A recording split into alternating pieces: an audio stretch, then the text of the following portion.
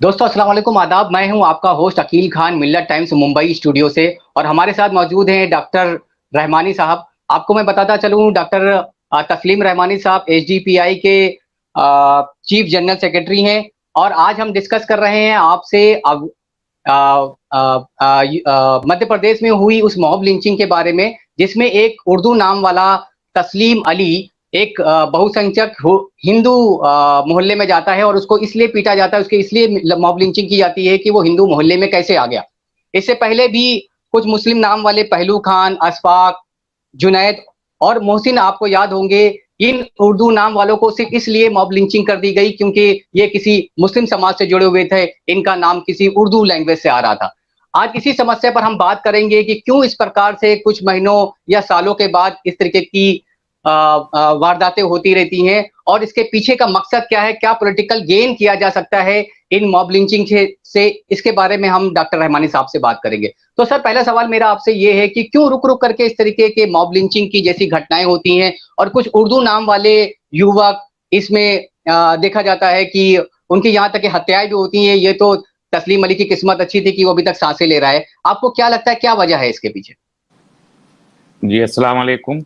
सबसे पहले तो मैं एसडीपीआई का नेशनल सेक्रेटरी हूँ, चीफ जनरल सेक्रेटरी नहीं हूँ, थोड़ा सा करेक्शन। अरे सर, दूसरी बात ये कि देखिए, ये मॉब लिंचिंग के 2015 से लेके शायद मार्च 2015 में शुरू हुई थी आरिफ के नाम से, जो कोहिमा में था। कोहिमा में पहली हुई थी मॉब लिंचिंग।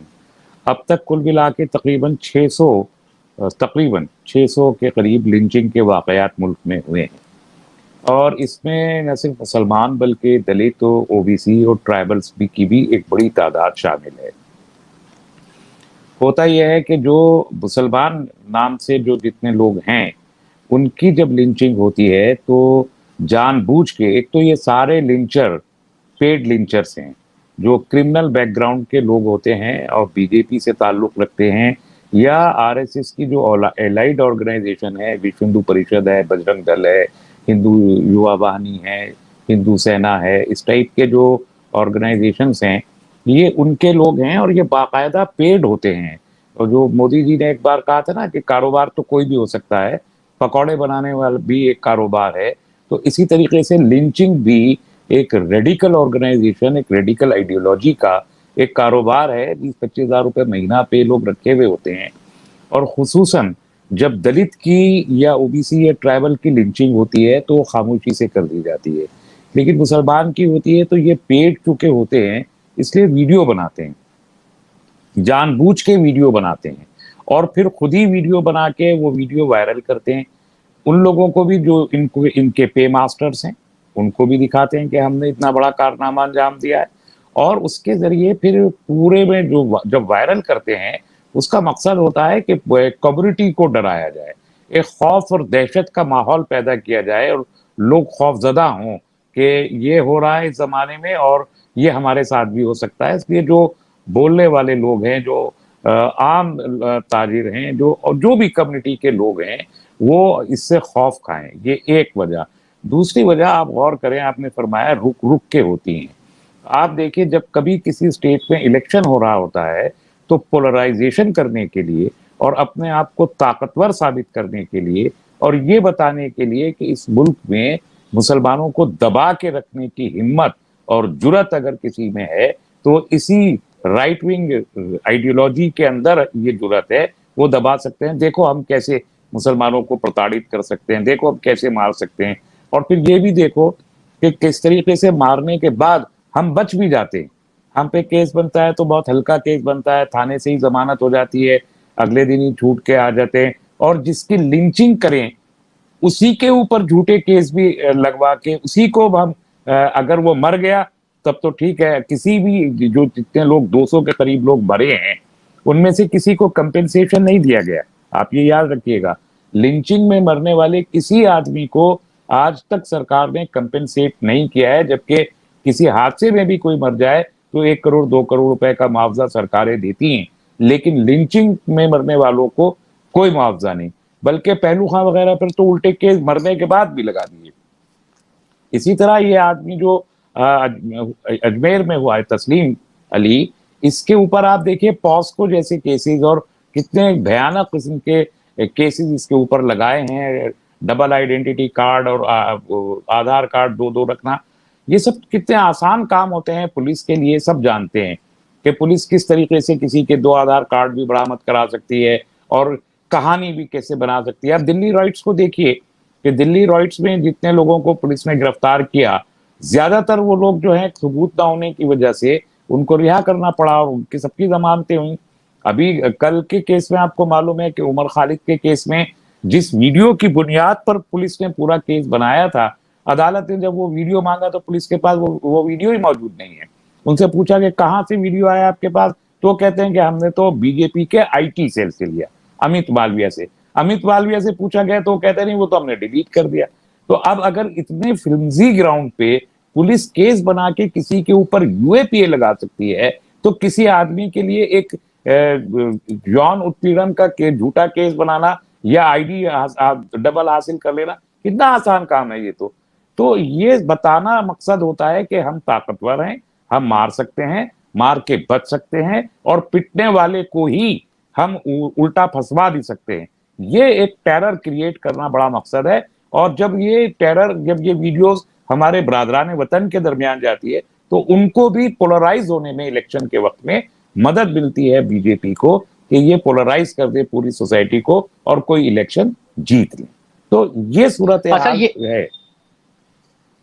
ये सर बड़ी बात आपने बताई कि ये इस केस में भी तस्लीम अली के केस में भी ये देखा गया है कि एक तो उसको मारा गया, उसकी मॉब लिंचिंग की गई और ऊपर से उसके ऊपर ही पॉस्को लगा दिया गया, एक ऐसा केस जिसको वो साबित भी नहीं कर सकता है। ये एक अनोखी चीज देखने पे आ रही है ताकि जो अभियुक्त हैं उनको बचाया जा सके। और एक चीज और भी सर इस मामले में होती है कि जो इस तरीके की वारदात करते हैं उनके साथ में कुछ संगठन आके खड़े हो जाते हैं, उनके लिए जुलूस निकालते हैं, उनका समर्थन करते हैं। जैसे कि हमने एक दो केसेस में भी ऐसा देखा कि इस तरीके के अभियुक्त जो होते हैं उनको सम्मानित भी किया जा रहा है।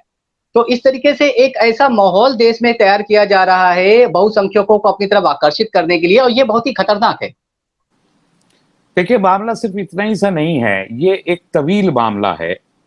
आप अगर गौर करें, और मैं याद भी दिलाना चाहता हूं आपके तमाम नाजरीन की तवज्जो भी मबजूल कराना चाहता हूं कि मुल्क में आज़ादी के बाद से लेके अब तक तकरीबन 60-70 हज़ार फ़िरका वाराना फ़सादात हुए हैं, जिनमें से अक्सर मुसलमानों के खिलाफ थे, सिखों के खिलाफ भी हुए, ईसाइयों के खिलाफ भी हुए, ट्राइबल्स के खिलाफ भी हुए। ये ज़्यादातर मुसलमानों के खिलाफ हुए और उन फ़सादात के मुजरिमीन सामने आ गए कि ये फ़साद के जिम्मेदारान हैं। लेकिन 90% केसेस में, वो कांग्रेस का ज़माना हो या बीजेपी का या जनता दल या जनता पार्टी का, उन मुजरिमीन को जिन्होंने फ़सादात बपा किए उनको कोई सजा नहीं मिली। जैसे मलियाना और हाशिमपुरा के मामला आप देखिए, 84 का, उनको सजा नहीं मिली। सिख राइट वालों को बड़ी मुश्किल से सजा मिली क्योंकि वो सिख कम्युनिटी के थे। मुरादाबाद राइट वालों को सजा नहीं मिली। भागलपुर वालों को 40 साल के बाद भी करार वाकई सजा नहीं मिली। सिर्फ बहुत सारे नीली वर्ग के फिसाद वालों को सजा नहीं मिली। तो आप ये एक लंबे अरसे से देख रहे हैं बॉम्बे राइट्स कितने बड़े भयानक राइट्स हुए, अहमदाबाद के राइट्स कितने भयानक हुए, फिर 2002 गुजरात के राइट कितने भयानक हुए। इनमें मुजरिमीन को जब सजा नहीं मिलती तो उनके हौसले बुलंद होते हैं और उसके जरिए से इस मुल्क में आरएसएस को ताकत दी गई कांग्रेस के जरिए।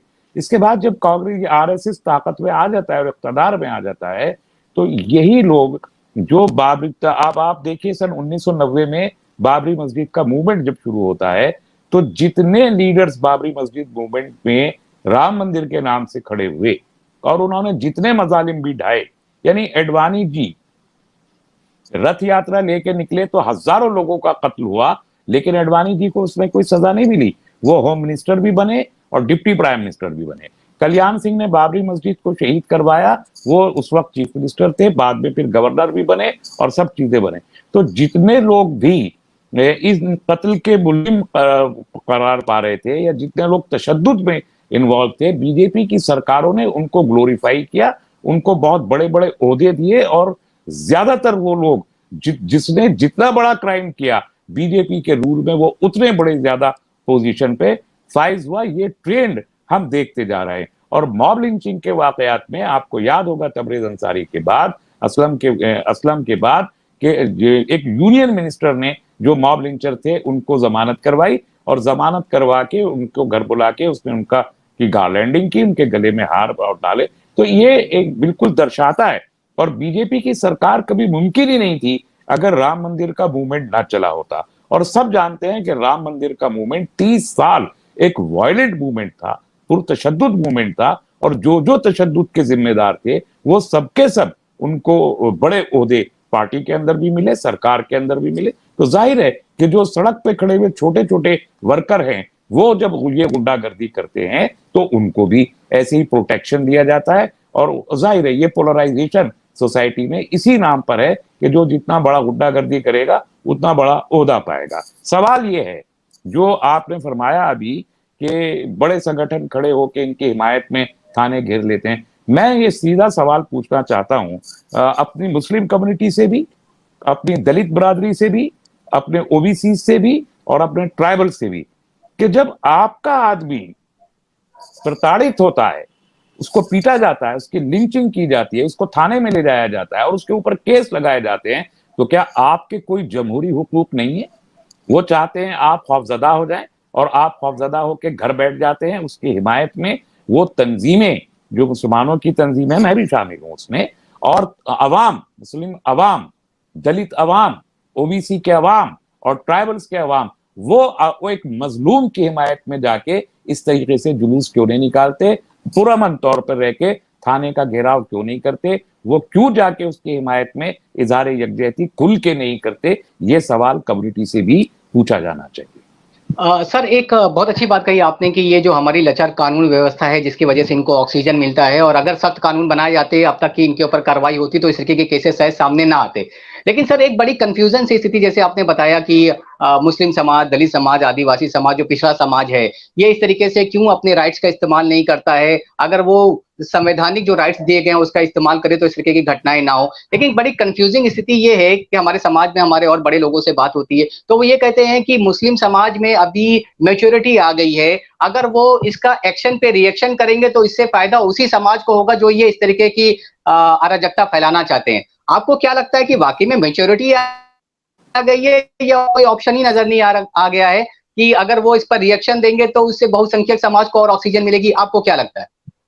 मुझे लगता है कि खौफ को मैच्योरिटी कहा जा रहा है। ये खौफ आया है, मैच्योरिटी नहीं है। मैच्योरिटी तो, अगर इसको मैच्योरिटी कहा जा रहा है तो फिर कहीं ना कहीं जो लोग ऐसा कह रहे हैं वो अपनी जिम्मेदारियों से फरार इख्तियार कर रहे हैं, वरना फिर उनको ऑप्शन बताना चाहिए। जो लोग अगर डेमोक्रेटिक राइट का इस्तेमाल भी नहीं हम कर सकते और इसको मैच्योरिटी कहा जाएगा तो ऑप्शंस बताया जाए इन चीजों से लड़ने का, कि इन चीजों का मुकाबला करके ये चीजें समाज से खत्म हो, पूरे समाज से, चाहे हिंदू हो या मुसलमान हो, सिख हो, ईसाई हो, ये पूरे समाज के लिए एक जहर है। तो इस जहर को खत्म करने का तरीकाकार क्या है ये वो लोग बताएं जिनको ये लगता है कि डेमोक्रेटिक राइट्स का इस्तेमाल करने से भी जो है वो रिएक्शन होगा। जो रिएक्शन तो हो ही रहा है, बगैर एक्शन के भी रिएक्शन हो रहा है। एक्शन तो कोई मुसलमानों ने तो ऐसा कुछ किया नहीं है कि उसकी मॉब लिंचिंग की जाए, इसके बावजूद अगर ये रिएक्शन है तो इसका सद्भाव, इसके रुकावट के, इसे खत्म करने के क्या तरीके हैं ये वो बुद्धिजीवी लोग बताएं जो ये कहते हैं कि ये मैच्योरिटी है कि हम खामोश रहें। उनका कहना यह है कि अगर जैसे अभी एमपी का जो मामला हुआ, अगर इसमें मुसलमान आवाज उठाते हैं, जुलूस निकालते हैं, कुछ ऐसी चीजें करते हैं कि जिससे पीड़ित जो व्यक्ति है उसको इंसाफ मिल सके, तो उससे क्या होगा कि हिंदू समाज को दूसरा तबका जो है वो संगठित करेगा और इसका फायदा इलेक्शन में उठाया जाएगा, ये बोल करके कि देखो मुस्लिम समाज किस तरीके से संगठित हो रहा है, और ये खुद आया था हमारे मोहल्ले में, चूड़ियां बेच रहा था और बच्ची के साथ इसने बदतमीजी की। उनका इल्जाम ये है कि मुसलमान जो है ये जो स्ट्रेटजी अपना रहा है खामोश रहने की, ये ज्यादा बेटर है, इसलिए वो ये इस बात पे खुश हो रहे हैं कि मुस्लिम समाज को रिएक्शन नहीं दे रहा और इस तरीके के जो अराजक तत्व है उनको मदद नहीं मिल पा रही है। देखिए ये मकसद तो अब भी अचीव किया ना। हिंदू समाज आया, खड़ा हुआ, थाने के बाहर धरना दिया, अपने लोगों को पे हल्के केस लगवाए, जमानतें करवाई, ले गए, वीडियो बनाया, चर्चा करवाई, पोलराइज किया। जो काम आपके खामोश रहने से आप कह रहे हैं कि नहीं होगा, वो काम तो हुआ है, अब भी हुआ है। तो आप खामोश रहें या आप बोले, दोनों सूरतों में हो रहा है। तो अगर खामोश रहने से ये चीजें रुक जाएं तो इससे अच्छा कुछ भी नहीं हो सकता, बिल्कुल खामोश रहना चाहिए। लेकिन अगर नहीं रुक रही और हादसात पिछले 7 साल में 600 के ऊपर हो गए हैं और हर इलेक्शन के वक्त में वो बढ़ जाते हैं, तो फिर तो कोई दूसरी रास्ता सोचना होगा ना। मैं सिर्फ ये कहना चाहता हूं कि हमको भी डेमोक्रेटिक तरीके से ये कहने का हक है कि जो हो रहा है वो गलत है। आप जंतर मंतर पे खड़े होके गोली मारो मुल्लों को, और जो मुल्लों का इस तरह के नारे लग जाएं और लोग गिरफ्तार भी ना हो पाए ठीक से, और आप खामोश बैठे रहे। हम तो खामोश ही हैं, 1990 से क्या खामोश नहीं है? जो बाबरी मस्जिद का, राम मंदिर का पूरा मूवमेंट चला, क्या खामोश नहीं थे? क्या लोगों ने उस वक्त ये नहीं कहा था कि बाबरी मस्जिद पे समझौता कर लेना चाहिए और हमें उसके हवाले कर देना चाहिए? हमारे इंटेलेक्चुअल्स ने उस वक्त भी कहा था। अब वो कोर्ट के जरिए चले गए, हम तब भी खामोश रहे। लेकिन क्या उस बाबरी मस्जिद के फैसले के बाद क्या काशी का मामला नहीं उठा है? मथुरा का मामला क्या नहीं उठा है? क्या ये हादसा खत्म हो गए? क्या ये वाकयात खत्म हो गए? तो ये जो जो कहना है, मैं समझता हूं एक डेमोक्रेसी में सबको बराबर के हक होते हैं। कॉन्स्टिट्यूशन ऑफ इंडिया ने सबको बराबर के हक दिए हैं, और राइट टू सेल्फ डिफेंस, जिसे कानून की जबान में और ज्यादा सेल्फ के आगे चल के राइट टू प्राइवेट डिफेंस कहा जाता है, उसका बराबर का हक दिया है कानून ने कि आपकी जान पे अगर बनाए तो आप जिस तरीके से चाहें जान बचाने के लिए आजाद हैं, उसमें चाहे जान लेना भी पड़े तब भी आप आजाद हैं। इस हद तक जब कानून ने आपको इजाजत दी हो, अगर आप सरकार के किसी पॉलिसी के खिलाफ हैं तो आप सड़क पे खड़े होकर एहतजाज करने का हक रखते हैं। अगर आप किसी कहीं पे कोई जुल्म हो रहा है, आपको लगता है कि जुल्म है, तो जुल्म के खिलाफ किसी पब्लिक प्लेस पे जहां अलाउड हो, आप डेमोक्रेटिक तरीके से, पीसफुल तरीके से डेमोन्स्ट्रेशन करने का हक रखते हैं। तो उस हक का भी अगर आप इस्तेमाल ना करें तो दूसरा फरीक ये समझता है कि हम आजाद हैं, जो जी चाहे करें, हमारा कोई कुछ बिगाड़ने वाला नहीं है। और यही तो वो तासुर है जो आरएसएस और उसकी एलाइड ऑर्गेनाइजेशंस ने इस मुल्क में पैदा किया है कि हम आजाद हैं, हम जो जी चाहे करें, ना पुलिस भी हमारे साथ है, एडमिनिस्ट्रेशन भी हमारे साथ है, हम जहां जो जी चाहेगा हम कर सकते हैं। और इसका काउंटर करने की कोई कोशिश किसी जानिब से नहीं की गई। मैं एक छोटी सी बात का इजाफा कर दूं, हमारे जो लेफ्ट लिबरल लॉबी है, वो लेफ्टिस्ट अभी भी ये मुजाहिरे करते हैं और डेमोन्स्ट्रेशंस करते हैं, और उसका असर भी होता है। तो जब एक ग्रुप, तो जो सेकुलरिस्ट ग्रुप है, वो ये कर ही रहा है, तो कम से कम उनके साथ खड़े होकर उनको ताकत दे सकते हैं, या उनको भी अपने साथ शरीक कर सकते हैं। हमको डेमोक्रेटिकली इसे काउंटर करना इसलिए जरूरी है कि ये देश हित के खिलाफ है। सर, एक बहुत ही हैरानी की चीज जो इन वाकयात के बाद जो सामने आई है वो ये है कि कुछ सेकुलर पार्टीज जो अपना हक मानती हैं कि मुसलमानों का उनके ऊपर हक है, मुसलमानों का वोट उनको मिलना चाहिए क्योंकि वो सेकुलर है। नाम लेने में भी कोई हर्ज नहीं है, जैसे कांग्रेस है। कांग्रेस अभी इस चीज को सोचने लगी है कि अगर वो मुसलमानों के मुद्दों को उठाती है या इस तरीके के मुद्दों पर बात करती है तो हिंदू जो बहुसंख्या का वोट है वो उसे खिसक जाएगा। इसलिए अक्सर ऐसा देखा गया है कि वो खामोशी इख्तियार कर रहे हैं। आपको नहीं लगता है कि ये इस तरीके से ये दोगलापन हो रहा है मुसलमानों के साथ? एक तरीके से आपको मुसलमानों का वोट भी चाहिए, मुसलमान जब पीड़ित होते हैं तो आप उनके साथ खड़ा भी नहीं होना चाहते हैं, और कुछ ऐसी जब पॉलिटिकल पार्टीज हैं जो कि मुसलमानों के लिए आवाज उठाती हैं, जैसे पीएफआई है, एसडीपीआई है, ये एमआईएम है, अगर ये लोग इन मुद्दों पर बात करते हैं तो उनको बोला जाता है कि ये खास समुदाय की राजनीति कर रहे हैं, खास समुदाय को लोगों को प्रमोट कर रहे हैं और इससे और ज्यादा खाइयां पैदा होगी। इस सिचुएशन पे आप क्या बोलना चाहते हैं? देखिए, 2014 का इलेक्शन कांग्रेस ने जब हारा तो उसके बाद एंटनी कमेटी एक बनाई थी हार के असबाब का जायजा लेने के लिए। ए एंटनी जो केरल के हैं, कांग्रेस के जनरल सेक्रेटरी, उनकी सदारत में इस कमेटी ने ये रिपोर्ट दी थी कि मुसलमानों के साथ ज्यादा एलाई करने की वजह से कांग्रेस को नुकसान उठाना पड़ा, और कब कांग्रेस को मुसलमानों से करीब न रह के और एक सॉफ्ट हिंदुत्व की पॉलिसी इख्तियार करते हुए हिंदुओं को अपने करीब लाना चाहिए। उस पॉलिसी पे कांग्रेस वैसे तो पहले भी अमल कर रही थी, लेकिन उसके बाद और ज्यादा मुकर किया। आपको अगर याद हो, अभी बिहार का इलेक्शन गुजरा, तेजस्वी यादव को मुसलमानों ने आंखें बंद करके बिहार में वोट किया, लेकिन तेजस्वी यादव ने बहुत सख्ती के साथ अपनी पार्टी के मुस्लिम लीडरों को भी कैंपेन में जाने से रोका और मुस्लिम ऑर्गेनाइजेशन को भी ज्यादा करीब नहीं आने दिया।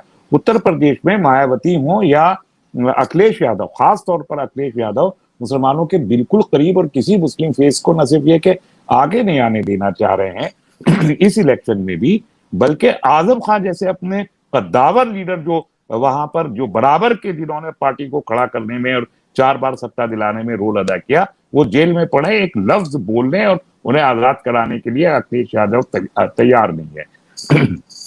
तमाम पॉलिटिकल पार्टी आज की तारीख में वो ये समझती हैं कि मुसलमानों की मजबूरी है कि हमारे अलावा सेकुलरिज्म का ऐसा हमने गलत तस्वुर अपने जहनों में कायम कर रखा है कि हम बीजेपी को हराने के नाम पर बीजेपी से ज्यादा खतरनाक इन पॉलिटिकल पार्टीज को सेकुलर समझ के इख्तदार में लाते हैं और बीजेपी के हाथों भी पिटते हैं और इन पार्टियों के हाथों भी पिटते हैं। क्योंकि आपको याद होगा कि अखिलेश यादव की सरकार ने 2012 के इलेक्शन से पहले कहा कि हम जो ये तारिक मुजाहिद और खालिद वगैरह अरेस्ट हैं हम इनको छोड़ेंगे, लेकिन नहीं छोड़ा। 18% रिजर्वेशन की बात की, नहीं छोड़ा। और उनके जमाने में भी गिरफ्तारियां इस तरीके से होती रही, मायावती के जमाने में भी गिरफ्तारियां होती रही, नहीं रोका गया। तो मुसलमान जहां एक तरफ ये कहते हैं कि हमको डेमोन्स्ट्रेशन करने से भी रुकना चाहिए, सब्र करना चाहिए, वहां दूसरी तरफ इन सेकुलर पार्टियों के साथ भी खड़े रहते हैं। तो हम क्या चाहते हैं? मेरा ख्याल है कि कंफ्यूजन की ये सूरत हाल मुसलमानों के दरमियान जो आज है, इससे पहले कभी भी थी नहीं। मुसलमान या तो जो मुसलमानों के अरबाब हल्लो अक्द हैं वो समझ ही नहीं रहे हैं कि हालात कहां से चल के कहां पहुंच चुके हैं और अब इसमें हमको राइट टू सेल्फ डिफेंस क्या है और रिटर्न के क्या पोजीशंस हैं और मुस्लिम जो इंडियन पॉलिटिक्स की मेन स्ट्रीम में हमारी अप्रोचेस क्या होंगी, इस बारे में हमारे यहाँ ना कोई डिस्कशंस हैं और ना कोई लाहे अमल है। और उसकी वजह से पूरी कम्युनिटी उस जद में है कि हम ना तो सियासी मुकाबला करना चाहते हैं, ना हम मॉरल मुकाबला करना चाहते हैं, ना हम काउंटर कोई दे पा रहे हैं, किसी भी किस्म का कोई डेमोक्रेटिक काउंटर जिसे कहा जाना चाहिए, हम वो भी नहीं दे रहे। और जो लोग ये कोशिश कर रहे हैं कि वो एक काउंटर पेश करें, उनको खुद कम्युनिटी के अंदर से डिमोरलाइज किया जाता है, पेंट किया जाता है। जैसे आप अब एसडीपीआई को ले लीजिए, आप एसडीपीआई को ये कह दें कि ये रेडिकल लोगों की ऑर्गेनाइजेशन है, जबकि उसका कोई सबूत ना हो और आप उसके करीब ना आए, तो आप अगर अपने ही पैरों पे कुल्हाड़ियां मारना चाहते हैं तो फिर इसका कोई इलाज नहीं है, फिर तो पैर को कटना ही कटना है। लेकिन आपको ये सोचना होगा कि कोई पॉलिटिकल पार्टी आज की तारीख में सेकुलर नहीं है, कोई भी पॉलिटिकल पार्टी हो वो सेकुलर नहीं है। और मुसलमानों को ये पूरा हक मौजूद है कि वो भी अपनी क़यादत में वो पॉलिटिकल पार्टीज कायम करें जिसमें सबकी हिस्सेदारी और सबकी साझेदारी हो। जब वो कोशिश हम करते हैं तो आरएसएस कहता है कि ये कम्युनल है, और आरएसएस के उस नारे के साथ पीछे जितने हमारे भी अपने लोग और सेकुलर पार्टी के हाथ का वोट छिन रहा होता है तो वो भी इल्जाम लगाते हैं कि ये कम्युनल है। असल चोट पहुंचती है सेकुलर पॉलिटिकल पार्टीज को, क्योंकि जब हम खड़े होते हैं और हमारा वोट कहीं इकट्ठा होता है तो वोट छिनता है कांग्रेस के हाथ से, वोट छिनता है समाजवादी बीएसपी के हाथ से, वोट छिनता है तेजस्वी के नीतीश के हाथों से, तो जब ममता के हाथों से, जब उनके हाथों से वोट छिनता हुआ दिखाई देता है तो वो सोचते हैं कि जो क्लेमेंट है इस वोट का उसको चोट पहुंचाओ, उसको कहो कि ये बीजेपी का है, उसको कहो कि ये आरएसएस के साथ कर रहा है, ताकि उनका इक़्तिदार बाकी रहे। ये इतनी सी बात मुसलमानों को समझ में नहीं आती कि उनका मफाद, उन पॉलिटिकल पार्टीज का मफाद खतरे में आता है हमारे खड़े होने की वजह से, इसलिए हमको गाली देते हैं जिसकी कोई हकायत नहीं होती। तो आप अगर ये चाहते हैं कि आपके हुकूक महफूज हो और आप इस जमहूरियत में बराबर के शरीक हो, तो आपको अपनी क़यादतें खड़ी करनी पड़ेगी, आज नहीं तो कल। आज आप नहीं समझ रहे, कल और ज्यादा पिटना शुरू हो जाएंगे, उसके बाद समझ में आएगा। लेकिन आपको वो क़यादतें खड़ी करनी पड़ेंगी कि जो सबको इस मुल्क में साथ लेके चल सके। हो सकता है पहले मरहले में वो साथ ना आए,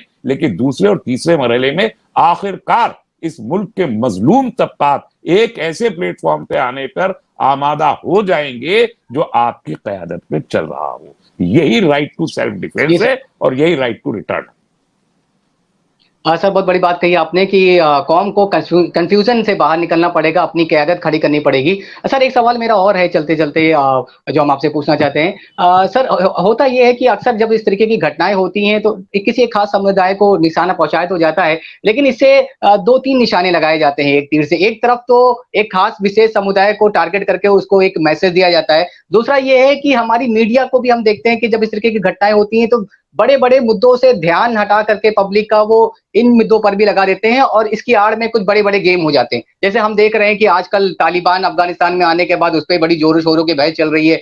अभी 2-4 ही हफ्ता दिन हुआ था कि इस तरीके की मॉब लिंचिंग हो गई। तो इससे जो बड़े बड़े देश के मुद्दे हैं, जैसे बेरोजगारी है, महिलाओं का शोषण हो रहा है, बलात्कार हो रहा है, इकोनॉमी बिल्कुल धरातल पे चली गई है, बेरोजगारी है, इन सब मुद्दों से ध्यान हट जाता है। तो देश के बहुसंख्यक तबके को आप क्या बोलना चाहते हैं कि इसमें नुकसान तो उनका भी हो रहा है, गवर्नेंस तो कुछ हो नहीं रही है और इन सब मुद्दों को ला जा करके हमको लड़ा करके अल्टीमेटली नुकसान देश का हो रहा है। तो सारे भारतीयों को, विशेष तौर से बहुसंख्यक समाज को आप क्या मैसेज देना चाहते हैं? बहुसंख्यक कौन है, मेजॉरिटी कम्युनिटी कौन है, ये एक बड़ा ये सारी की सारी जो टर्मिनोलॉजी है इसको रिव्यू करने की जरूरत है।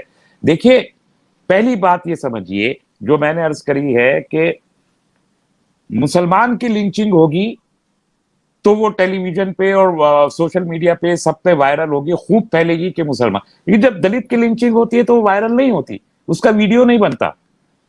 आपसे मैं पूरे यकीन के साथ कह रहा हूं कि अगर 600 लिंचिंग के वाकयात हुए हैं तो उसमें 200 पे मुसलमान, 200-250 पे मुसलमान है, 300-350, 400 नॉन मुस्लिम्स की हुई है जो ओबीसी और ट्राइबल और दलित से ताल्लुक हैं।